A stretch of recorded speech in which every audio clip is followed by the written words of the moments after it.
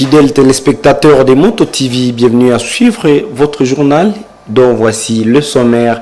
La partie nord de la province du Nord Kivu a rendu ce 15 octobre 2024 hommage à ses fils et filles disparus dans les massacres perpétrés par les rebelles des forces démocratiques alliées à ADF. Ce jour a également marqué la date du 10e anniversaire, triste anniversaire des massacres des civils dans cette région. À Butembo, la synergie des groupes sociaux, mouvements citoyens et groupes de pression a marché pour déplorer les tueries à l'est de la RDC et soutenir les forces de la République démocratique du Congo. À Beni, cette date a été commémorée au quartier Ngadi où des premiers massacres étaient déplorés. Dans le même journal, on saura que les déchets plastiques déversés dans les cours d'eau provenant des milieux urbains, un danger à impact sur la vie dans les milieux ruraux. L'association Prépig qui encadre les pygmées alerte sur la pollution des eaux dans les villages de ces peuples. Les responsables de cette organisation plaident pour la protection de la biodiversité dans les milieux urbains pour éviter le risque de disparition des ressources halieutiques dont vivent les peuples autochtones. C'est tout pour les sommaires. Suivez les détails. 15 octobre 2024, date du 10e triste anniversaire des massacres des civils à Béniville et Béni-Territoire.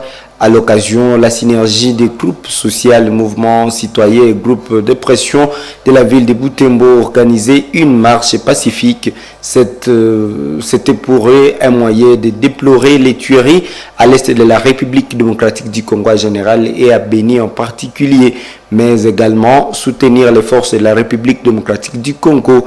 Reportage de Monampenzi Manzekele et Nelly Mungeshali.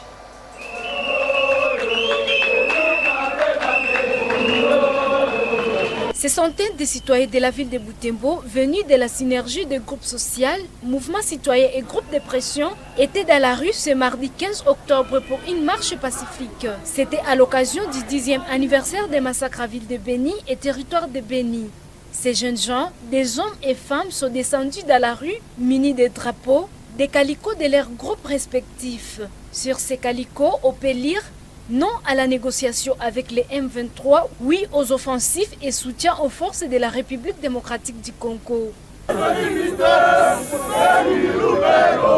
Arrivés à Rwanda, après l'exécution de l'hymne national, les manifestants ont lu leur mémorandum. Dans leur message, ils ont donné un mot d'encouragement aux militaires, tout en les demandant à conquérir tous les territoires de la République démocratique du Congo occupés par les forces négatives. Avons organisé la marche pacifique de ce jour dans le but de motiver l'état-major, le commandement de toutes les opérations sur les lignes de front à l'est et toutes les troupes des FARDC à reconquérir tous les territoires de notre pays occupés par les troupes du M23, ARC, RDF et ADF-MTN, mais aussi à pacifier les régions de notre pays occupées par les groupes armés. Le porte-parole de l'FARDC des opérations Front Nord a promis de canaliser les messages des manifestants acquis de droit. Et moi, je tiens à vous remercier pour cette attitude partisane et vous avez montré combien vous êtes derrière votre armée. Et nous avons reçu votre mémo. Nous vous promettons de transmettre acquis des droits auprès des autorités compétentes. Des Rwandais, ces manifestants ont pris la direction de l'hôtel de ville où ils ont lu et déposé un autre mémorandum au maire de la ville. Mouvement associatif et cours social constituant une synergie en ville de Butembo, avons décidé de manifester à ce jour dans le but de démontrer notre désapprobation totale contre la situation socio-sécuritaire de la partie est de notre pays, la République démocratique du Congo. Les maires de ville remercient ces manifestants d'avoir fait une marche pacifique. Il encourage ce comportement car d'après lui, la paix ne se construit pas par la violence. Félicitons de leur attitude d'aujourd'hui et que nous allons les conseiller prochainement qu'ils puissent agir de la sorte. puisqu'on ne peut pas construire un pays dans la violence. Cette autorité urbaine promet aussi remettre le mémorandum de la population à son hiérarchie. Le mémo est adressé à pratiquement toutes les institutions de la République. Ma part, je vais la prendre. La part de la hiérarchie, je l'enverrai à qui de droit. En général, les habitants de la ville de Butembo ont respecté l'appel de la synergie des groupes sociaux, mouvements citoyens et groupes de pression, les demandant à ne pas vaquer à leurs activités comme d'habitude. C'est là pour commémorer le 10e anniversaire des massacres à Beni. Le mouvement a été timide au centre-ville. Les portes des galeries et boutiques sont restées fermées. Justement, 10 octobre 2014 au 10 octobre 2024, cela fait 10 ans pour les jours depuis la région de Beni dans des tueries massives. Des milliers de civils ont déjà été tués, des disparus, des blessés, des villages pillés et autres incendiés. Cette date a été commémorée ce mardi 15 octobre au quartier Ngadi où les premiers massacres étaient déplorés. Les manifestants souhaitent que cette journée soit une occasion pour les Congolais de réfléchir sur les atrocités des forces démocratiques alliées ADF, groupe armé accusé de ces atrocités. Delphine Mupanda pour le reportage. Tout est parti d'une procession de l'hôtel de ville de Beni Ngadi. C'est dans ces quartiers où étaient déplorées les premières tueries massives des civils par les ADF, les hommes, femmes, jeunes, autorités civiles et militaires, membres des structures de la société civile et des confessions religieuses de Beni. Ceux venus de Butembo et de Lubero se sont mobilisés pour commémorer les 10 ans des massacres. Au stade d'Ngadi, un culte œcuménique a rassemblé la population. C'était l'occasion pour réfléchir et prier pour les âmes des victimes des atrocités des ADF. La société civile demande au gouvernement de prendre des mesures idoines pour ramener la paix à l'est de la RDC. Maître Pepe Kavota, président de la société civile coordination urbaine de Beni. Tout en saluant les efforts jusque-là fournis de prendre les mesures idoines pour ramener la paix et la sécurité à l'est de la RDC et particulièrement aux provinces martyres du Nord Kivu et de l'Ituri. Amener toutes les autorités nationales, urbaines, territoriales et locales de reconnaître la journée du 15 octobre comme une journée d'immortalisation des victimes. Le 15 octobre de cette année est une opportunité de réflexion pour tout acteur impliqué dans la problématique non seulement de la prise en charge, mais aussi et surtout de l'immortalisation de toutes les victimes. Le 15 octobre 2014, la ville de Beni a été frappée par une incursion attribuée aux ADF dans le quartier Ngadi et Nzuma. Au total, 36 civils étaient tués par armes blanches. C'était le début des massacres qui se sont répandus dans les 10 années suivantes dans la province de l'Ituri et dans les territoires de Lubero. Aujourd'hui, si le nombre de victimes n'est pas connu, les connus ne sont pas formellement répertoriés. C'est pourquoi la société civile demande aux autorités d'appuyer le programme d'identification des victimes et de construction des mémorials à leur faveur initiés par la société civile. Nonobstant l'activisme accru des ADF, les efforts militaires sont en cours pour éradiquer ces phénomènes. Après les différentes opérations menées contre ces derniers, l'armée congolaise s'est jointe aux forces de défense du peuple ougandais UPDF pour éradiquer l'activisme de ces groupes armés affiliés à l'État islamique. La variole des singes Mpox reste virale et contagieuse dans notre pays. Cette maladie n'est pas nouvelle car découverte en 1958 au Danemark sur un singe et en République démocratique du Congo, alors au Zaïre, à l'époque en 1970, avant son éradication en 1977. Raison pour laquelle ce virus doit être surveillé, prévient un expert au cours d'une séance. La sensibilisation invite la population de Butembo à prendre conscience à l'existence de cette maladie. Il appelle à la protection des enfants qui sont les plus exposés. Mirembe Tchitawite pour le reportage. Mais maintenant, ces animaux, avec tout ce que nous vivons... Ce personnel de santé a sensibilisé les personnes rassemblées dans cette salle sur 3 phases de cette maladie. La première est la phase d'incubation après contamination. Au cours de celle-ci, la personne contaminée peut faire jusqu'à 21 jours sans présenter les signes de la maladie. La seconde est la phase pérective qui se manifeste par la fièvre avec la présence de rouge aux yeux. La dernière phase se caractérise par la présence des boutons sur le corps du patient, souvent des enfants, couches fragiles. L'infection sévère, ça peut prendre même au niveau de la langue. Quand l'enfant vous fait sortir la langue dehors, vous trouvez même ces bourgeons-là à terme de boutons sont sur la langue et souvent l'enfant refuse à manger. Quand la fièvre s'installe, c'est à ce moment-là que la maladie est contagieuse. Tant que la fièvre ne s'est pas encore installée, l'enfant peut circuler au milieu des autres enfants sans contaminer ses amis. C'est quand maintenant il va présenter la fièvre que la contamination commence et les virus vont s'activer. Ces soignants attirent l'attention des habitants sur les cas de la fièvre dont la persistance est synonyme de la complication de la situation avec le risque de contamination de son entourage. Ils martèlent que cette maladie laisse plusieurs conséquences sur l'organisme, notamment les signes éternels sur le corps, une conjonctivite et autres signes. Ils sont restés sur l'organisme et ce sont des cicatrices éternelles. Une conjonctivite bactérienne qui peut se présenter.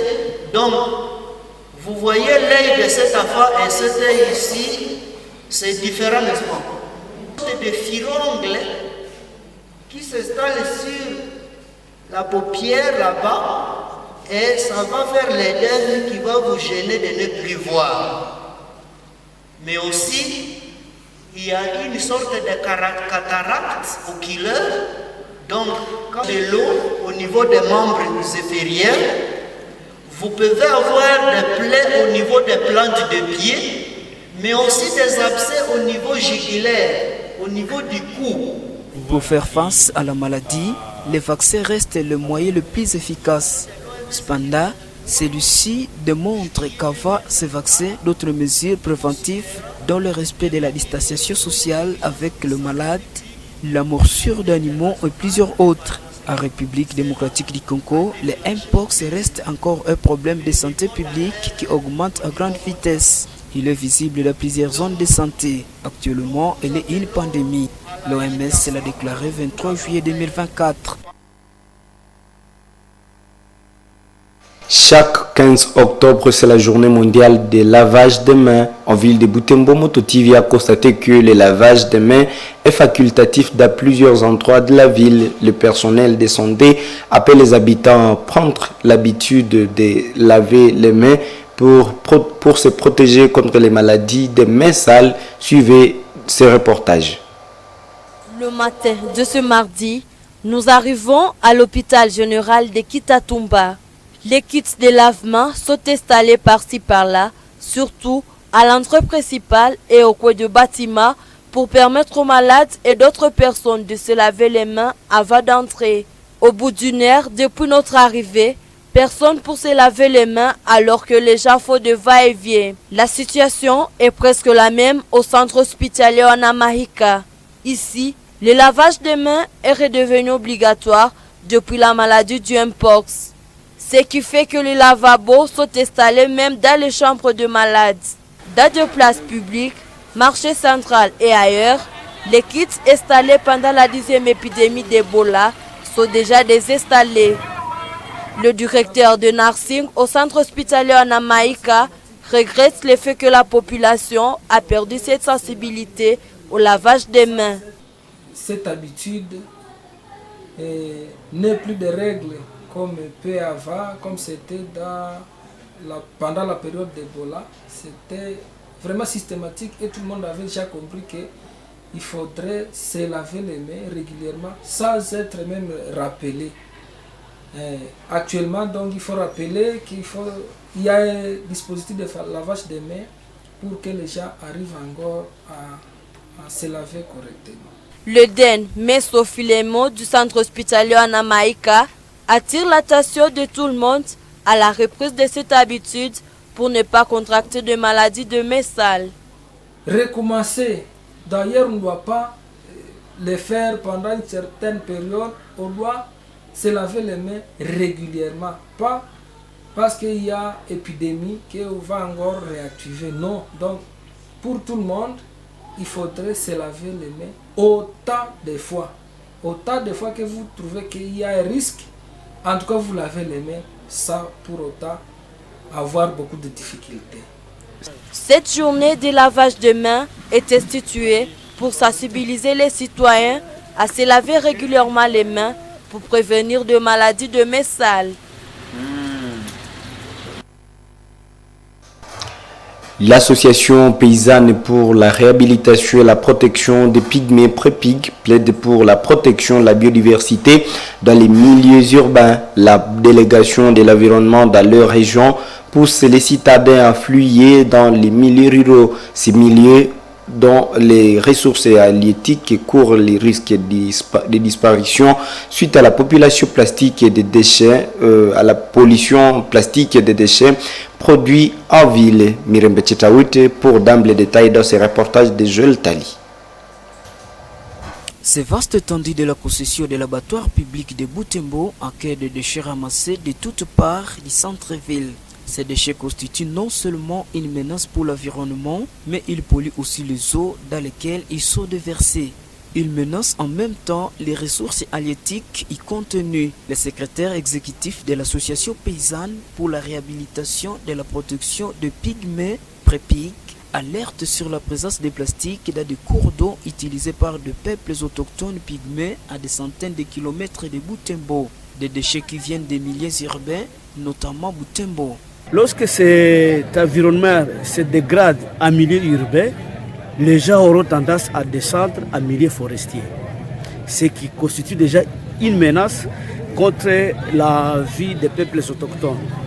Mais aussi, c'est une menace puisque tout ce qui s'est fait déjà à partir des ruisseaux à ville de Butembo va être connecté dans les grandes rivières, lesquelles rivières sont utilisés par les peuples autochtones. Vous allez trouver qu'il y a des événements qui n'avaient jamais été vécus en milieu pygmée, qui sont en train d'être vécus, puisqu'on voit par exemple des bouteilles à plastique à des centaines de kilomètres, alors que le peuple autochtone ne prend pas de l'eau à embouteiller. Ces déchets plastiques affectent les eaux de ces peuples et les ressources, mettant ainsi à péril leur survie. Ces rivières, ces ruisseaux qui partent de Butembo, partent polluer les rivières dans lesquelles les pygmées étaient en train de trouver des poissons, des crabes et autres choses. Et actuellement, ces êtres qui étaient utiles pour la vie des peuples autochtones ne sont plus trouvables. Et les quelques qui sont trouvables présentent par moments des anomalies.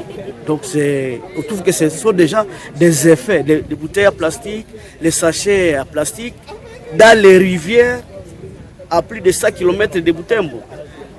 Et c'est là, si les poissons pouvaient consommer, vous comprenez que ce n'est que contribuer à l'extinction des espèces de poissons. Boutelès Kakewire plaide pour la protection de la biodiversité dans les milieux urbains. La dégradation de l'environnement dans ces régions étant à la base de l'afflux des citadins dans les milieux ruraux.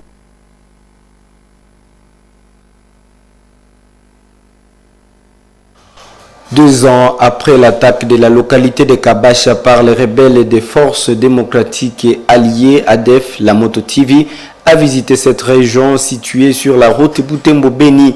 Pendant cette attaque, les assaillants avaient commis plusieurs dégâts, des pertes en vies humaines, des incendies, des camions et des maisons. Les reporters de Moto TV ont braqué le regard sur les centres et descendaient des références de Kabacha qui étaient aussi touchés par cette attaque des rebelles. Les détails dans ce reportage de Sami Wainda et Gérard Mourefou. Voici les centres et descendés de référence de Kabacha. Cette structure sanitaire d'obédience protestante est l'unique dans cette contrée pour recevoir un plus grand nombre de patients. En date du 9 novembre 2022, elle avait été victime d'une attaque rebelle. Dès lors, ce centre de santé de référence n'a jamais recouvert son fonctionnement initial.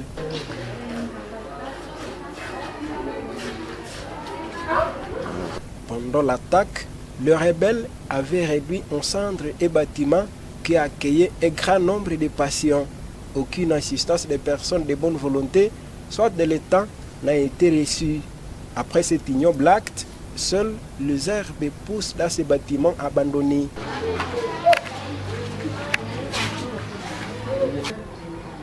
Le responsable de cette structure, qui s'abstiennent de tout commandeur sur les médias, regrette de constater et se lasse du côté des services habilités.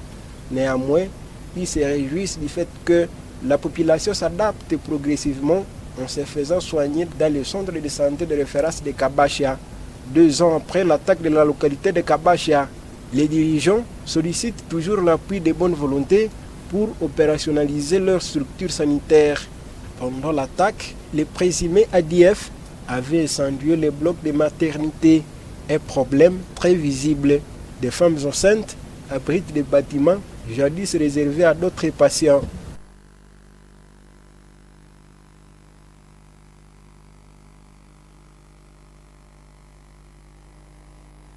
Le gouverneur du Nord Kivu a effectué une descente sur les monts Goma ce mardi 15 octobre. Il a voulu s'imprégner de la situation du lieu après plusieurs alertes faites sur des probables spoliations des terrains sur ces sites touristiques. L'autorité provinciale du Nord Kivu a instruit à ses services de faire le suivi pour retrouver toutes les personnes impliquées dans la destruction de ces sites pour les faits privés. Trouvez les détails dans ce reportage de la presse et du gouvernorat. L'auditeur supérieur militaire, vice-président de la commission de spoliation, le directeur de la régie des eaux, celui de la RTCN, le responsable de certains services spécialisés ont fait le tour du Mont Goma ce lundi 15 octobre 2024 avec le gouverneur militaire du Nord Kivu, le général-major Peter Chirimwa Minkuba. Objectif, palper le tas du Mont Goma, site touristique après plusieurs alertes allant dans le sens de dénoncer la spoliation. Constant amer, l'autorité prend des décisions drastiques qu'il annonce tout de suite. On se rend compte que c'est très dangereux.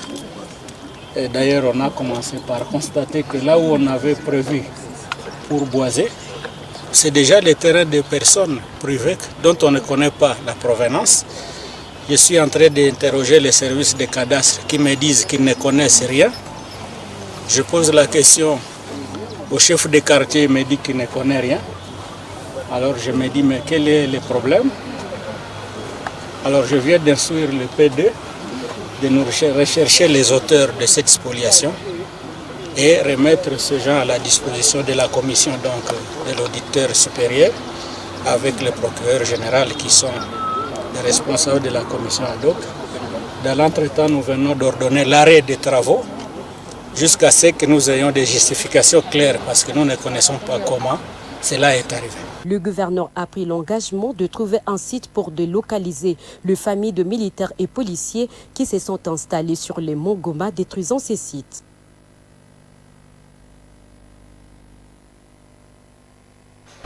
Merci d'avoir suivi ce journal, c'est la fin et nous vous disons merci encore. Bon reste de temps, surtout bon suite des programmes sur votre chaîne.